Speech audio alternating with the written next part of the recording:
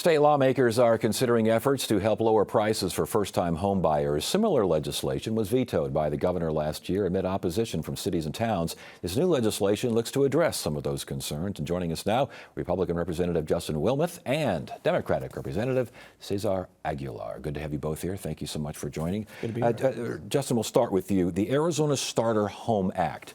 What are we talking about here? We're talking about trying to tackle a very big issue with one option to do it. There's many different things that I think that will solve this issue eventually. This is just one thing. It's not going to solve the entire deal, but we're basically allowing for homes and new additions under a 5-acre total plot land to be able to subdivide and add new domiciles on already existing ones. That's the big crutch of what this bill does. And I'm seeing, you know, you can have a 5-acre property, can have a home on 1,500 square feet. That's a little home. Yeah, I mean, our homes shouldn't be looking like they used to. I'm 29 years old. I'm a state representative. And when I knocked on doors this last election, that was the #1 thing that I was listening to. A lot of the people in my district are within my age group, and people aren't having as much kids as we used to. And so we don't need 3-bedroom houses anymore. We don't need garages anymore. Usually families have, a young married family has 1 or 2 cars. And so by having this type of legislation, we're creating a whole other type of home that's affordable for people to be able to live in. And affordable is an operative word here. Define affordable.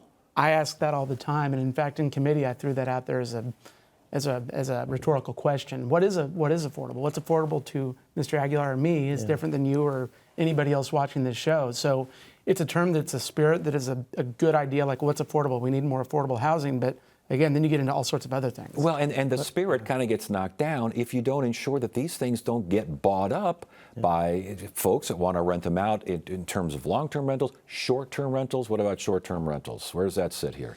That's a whole other bill we tried to address. Last year, in the last couple years, we've addressed it in one bill, then separated the bills because everyone had different issues with it. So this is just one piece of the whole puzzle that we're trying to address. But to affordability part, when you're using less materials, like we're trying to do here with this law, it should lower the price of what just to build a home. Indeed, it should. But if I'm an investor, I go, yippee. I'll buy it and I'll rent it out for something that may not be affordable for folks that are, of course, that's a rental. We're not talking starter buying homes here.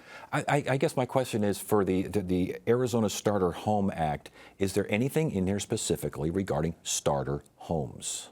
Well, the whole point of the mission is to make starter homes available and affordable, because one of the biggest problems we have is supply. So a core tenet of supply and demand economy is if there's more supply, prices come down. If there's less supply, prices go up. We're a state that's seeing 200 new additions a day, 200 new people move here every single day on average. So what does that do to supply? It's going to shrink it naturally. And if we already had a short supply from the 2008 crash, we've been trying to recover from that now for 15 years on a housing supply front, and we have not done it. That's a big part of this problem. So market-driven is what you're saying. That's my belief. Yeah, should market-driven be the baseline here, as opposed to ensuring that folks who are looking for their starter home get it? I mean, in the state of Arizona, that's kind of what we have with the makeup of the politics.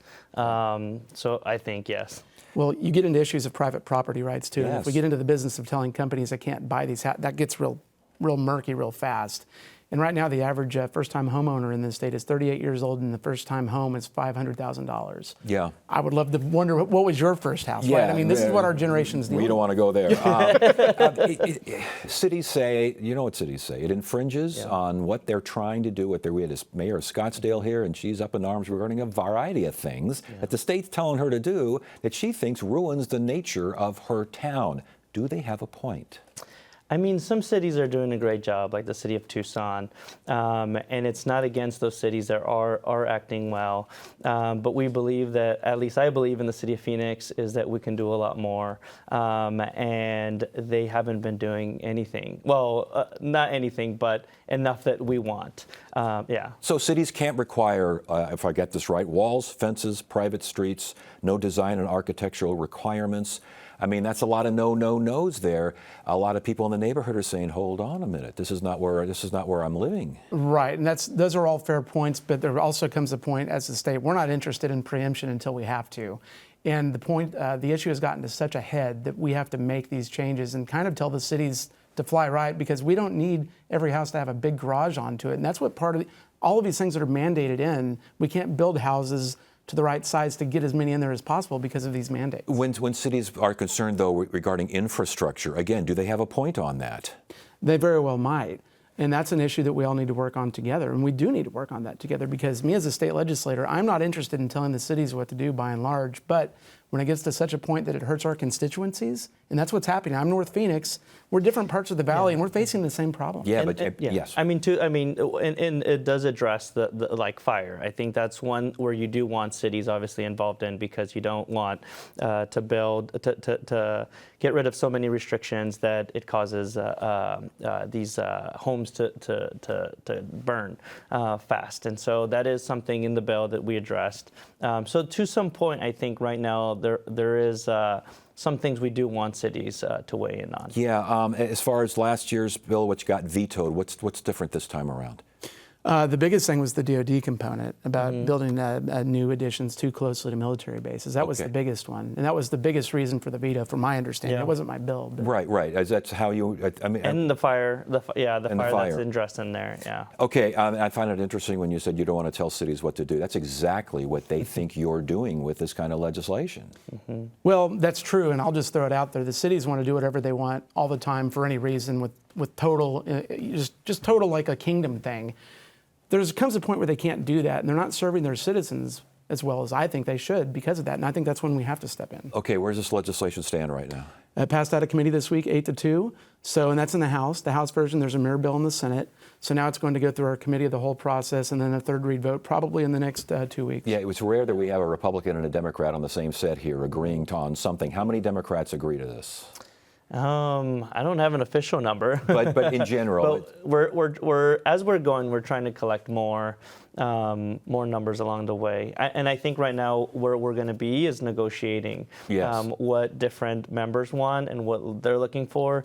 Representative Biasucci has already said he's willing to meet with anyone to try to figure out how we can make this work to get more members on board. All right, Representative Cesar Aguilar and Representative Justin Wilmoth, good to have you both here. Thanks for joining us. We appreciate it. Thank you.